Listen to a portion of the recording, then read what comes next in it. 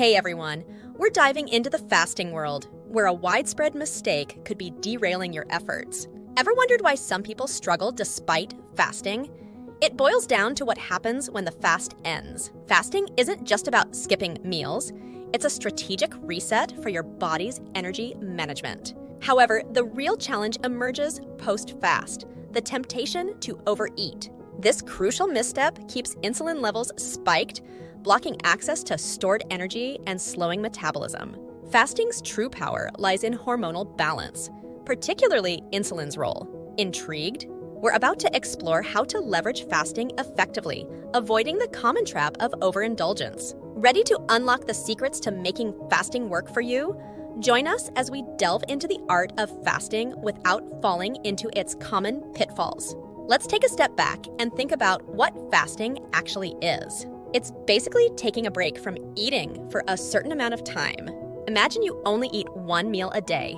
By skipping those other meals, you're essentially trying to get your body to switch gears on how it uses fuel. Remember, whenever you eat, your insulin levels shoot up. This tells your body to store that yummy food energy, which is basically calories, as body fat.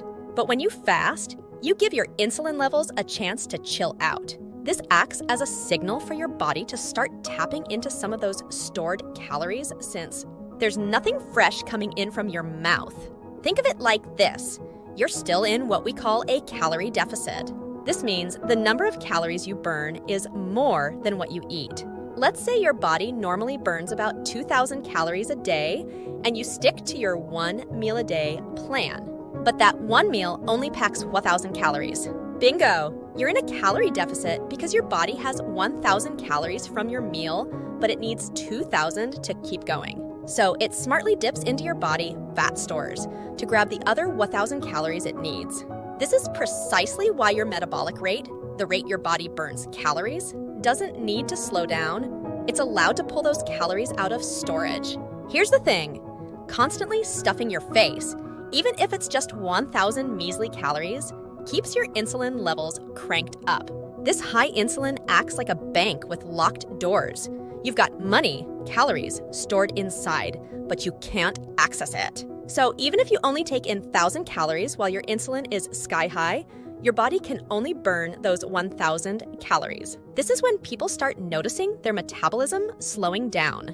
Remember the golden rule of weight loss? How hormones are king, and the most important one is definitely insulin. Fasting simply gives your insulin levels a chance to calm down. That way, when you're in a calorie deficit, burning more than you eat, you can actually tap into your body fat stores to make up the difference. Think of it again like that locked bank. Fasting allows the bank to open its doors, letting you access the stuff you've been stockpiling. Some folks wonder if they could achieve the same results by just cutting back on a few calories every day and eating more frequently, like 6 times a day. Nope, that wouldn't work. Constant snacking keeps your insulin levels high, and your body fat just stubbornly clings to those stored calories. In science talk, this is called insulin-inhibiting lipolysis. In simpler terms, high insulin means your body can't burn fat, because that's the signal to store it, not use it up. Okay, folks, let's chat about some research on intermittent fasting done in the past few years. Here's the catch. Some studies have fallen into the same trap. People overeat when they finally get to chow down after a fasting period. Imagine this. You scarf down a whopping 2,000 calorie meal after fasting all day. Even if you burn 2,000 calories throughout the day, you won't see any weight loss. Why? Because you're basically shoving all those calories back in during that one big meal. So the key when it comes to fasting is to tell people to, for example, stick to one meal a day. Then, during that meal, try to eat like you normally would. Think about it this way. You skipped breakfast and lunch, so your body should tap into your body fat stores for that missed energy. Therefore, your dinner shouldn't be a massive feast. Sure, you might eat a little more than usual, but it shouldn't be the equivalent of everything you'd normally eat in a day. Breakfast, lunch, dinner, and snacks all piled onto one plate.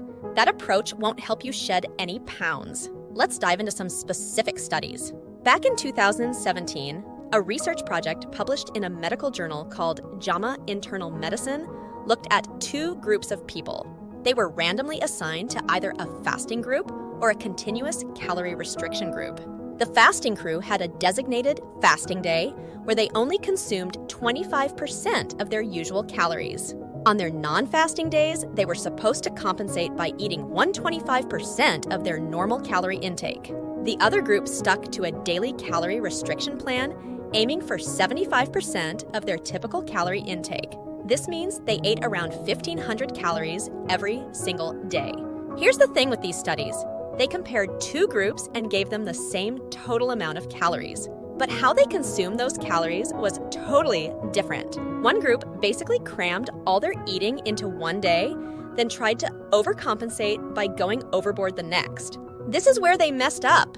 See, the whole point of fasting is to give your body a chance to actually burn its own stored fat.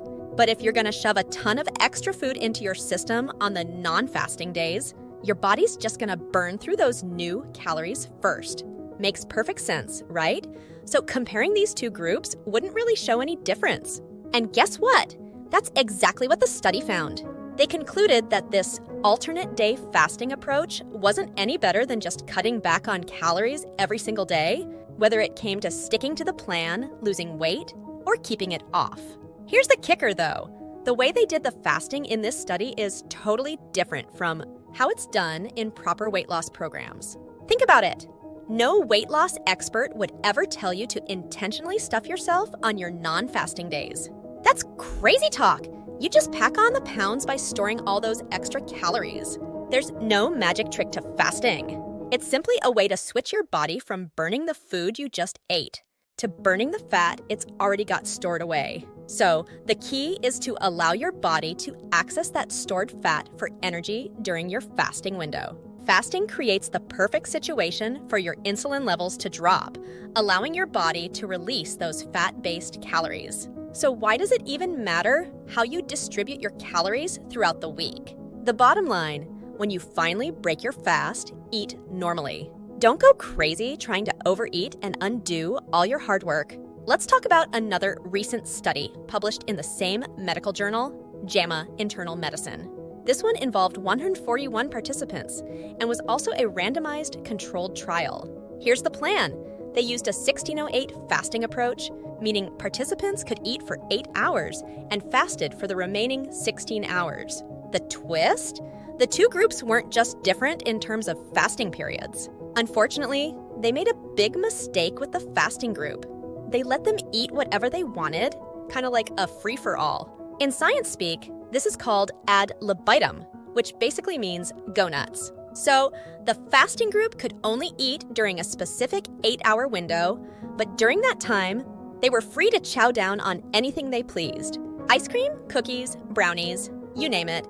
It was fair game according to the study. The control group, on the other hand, had 3 structured meals a day where they focused on having balanced nutrition. See the issue here? This setup is completely unrealistic compared to what happens in a proper weight loss program. There are 2 main things to consider when it comes to shedding pounds: what you eat and how often you eat. Everyone knows that stuffing your face with cookies and brownies isn't exactly a recipe for weight loss success. But the other crucial factor is meal frequency. This study essentially messed with both these aspects. Sure, the fasting group wasn't constantly snacking, but they were allowed to indulge in whatever they craved. In a real-world weight loss setting, no expert would ever tell you to have a free-for-all during your fasting window. You simply won't lose weight that way. Even if you limit your eating window to 8 hours, you still need to stick to healthy, unprocessed foods. This study basically mixed up 2 important concepts. Food choices. Eating healthier foods like fruits, vegetables, and lean proteins helps with weight loss. Eating frequency. Reducing the number of times you eat throughout the day can also contribute to weight loss. The study only focused on the how often aspect of eating, fasting for 16 hours, completely neglecting the importance of healthy food choices during the eating window. Here's the key takeaway from this study. They increased the fasting duration. Good. But also let people eat anything they wanted during that eating window? Big mistake. Imagine a seesaw. If you push one side up, fasting more, but also push the other side down, eating whatever you want, it evens out and you won't lose weight. That's the main issue with this research. Just by looking at the study design, you can guess it probably wouldn't lead to weight loss. Think about it. If someone asked me, hey, can I eat whatever I crave for 8 hours a day? My answer would be a big no. Shedding pounds requires paying attention to 3 things: what you eat, how often you eat, and how much you eat. All of these factors play a crucial role. Here's the bottom line. The biggest mistake people make when fasting is assuming it gives them a free pass to overeat during their eating window. Whether it's stuffing yourself with too many calories or indulging in unhealthy choices, it won't help you reach your weight loss goals. You still need to be mindful of the types and quantities of food you consume. Reducing your eating window is a great way to lower your insulin levels. This allows you to eat normally within that window and lets your body tap into its fat stores for energy during the fasting period. We just explored the big world of fasting and found out a common mistake that might be stopping some of us from seeing the results we want. Fasting is like hitting the pause button on eating to help our bodies use energy better. But guess what? The tricky part comes after fasting. If we eat too much then, it can mess up everything we worked for. Fasting helps our body's insulin levels get back to normal, which is super important for using stored fat for energy. But eating too much keeps those insulin levels high, and that's not what we want. We learned that it's not just about eating less. It's about when and how we eat too. Eating too much right after fasting can make it hard for our bodies to use the fat it has stored. We want to make sure we're eating just right, not too much and not too little. This way, our bodies can do their thing and help us feel and look great. So remember, next time you finish fasting, think about what you're eating. It's all about finding that perfect balance. Want to know more cool stuff about staying healthy and feeling awesome? Don't forget to share, like, and subscribe to FitBuzz for more enlightening health buzz. We've got lots of great tips and tricks to share with you, so stay tuned.